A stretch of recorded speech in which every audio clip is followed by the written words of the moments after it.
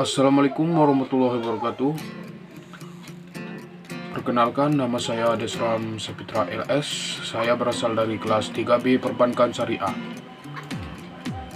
Baiklah, di sini saya akan menjelaskan sedikit tentang apa itu ekonomi moneter serta dengan tujuannya. Untuk yang pertama, pengertian dari ekonomi moneter. Ekonomi moneter yaitu ilmu ekonomi yang mempelajari masalah-masalah yang ada kaitannya dengan uang, lembaga keuangan, lembaga kredit, dan juga permasalahan ekonomi moneter yang mempengaruhi proses produksi dan pembagian yang dihasilkan pada masyarakat. Teori dari ekonomi moneter ini yaitu teori yang mempelajari tentang faktor-faktor yang mempengaruhi permintaan dan penawaran uang. Itulah teorinya. Tujuan dari mempelajari ekonomi moneter ini yaitu untuk mengerti ruang lingkup ekonomi moneter, seperti diantaranya peran dan fungsi uang dalam perekonomian, sistem moneter, serta pengaruhnya terhadap jumlah uang beredar. Selanjutnya, struktur dan fungsi bank sentral. Ada pengaruh jumlah uang dan kredit terhadap kegiatan. Dan yang terakhir ada pembayaran serta sistem moneter internasional. Kita mempelajari ekonomi moneter yaitu dapat diketahui bagaimana proses penciptaan uang di masyarakat, tingkat bunga, pasar uang, sistem kebijakan moneter, dan sistem pembayaran internasional. Dan ada juga dapat mengetahui serta menganalisis berbagai fenomena moneter dalam kaitannya dengan dampak kebijakan moneter terhadap kegiatan ekonomi.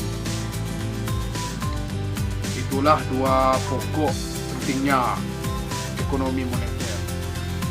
Dalam ekonomi moneter ada juga pasar uang, yaitu pertemuan antara permintaan dan penawaran uang. Proses pasar uang yaitu pertama pertemuan permintaan dan penawaran terjadi transaksi. Yang kedua kesepakatan harga dan volume penjualan. Yang ketiga yang ditransaksikan adalah hak untuk menggunakan uang. Dan yang terakhir harga yang disepakati berupa uang. Itulah proses pasar uang dalam ekonomi moneter. Pelaku utama dalam pasar uang itu sendiri yaitu satu, ada kelompok penawaran. Yang pertama, otoritas moneter atau bank sentral mengeluarkan uang primer, terdiri dari uang kartal dan cadangan. Yang kedua ada lembaga keuangan, yaitu lembaga bank dan non-bank, mengeluarkan uang sekunder, contohnya seperti cek.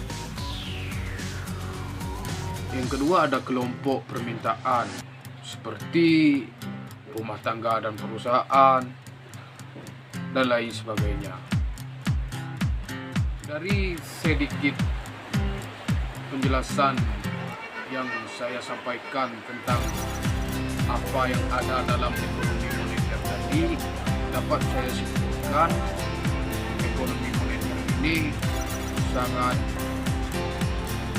baik untuk diketahui oleh masyarakat, sebab ilmu ekonomi moneter ini itu mempelajari masalahnya yang berkaitan dengan uang, sebab di masyarakat ini uang sangat dibutuhkan setiap harinya. Baiklah, sampai jumpa video saya kali ini. Demikianlah sedikit penjelasan dari saya mengenai ekonomi moneter. Semoga bermanfaat untuk yang menonton video saya. Saya mohon maaf terdapat kata-kata yang salah, lebih dan kurang. Mohon maaf. Terima kasih. Wassalamualaikum warahmatullahi wabarakatuh.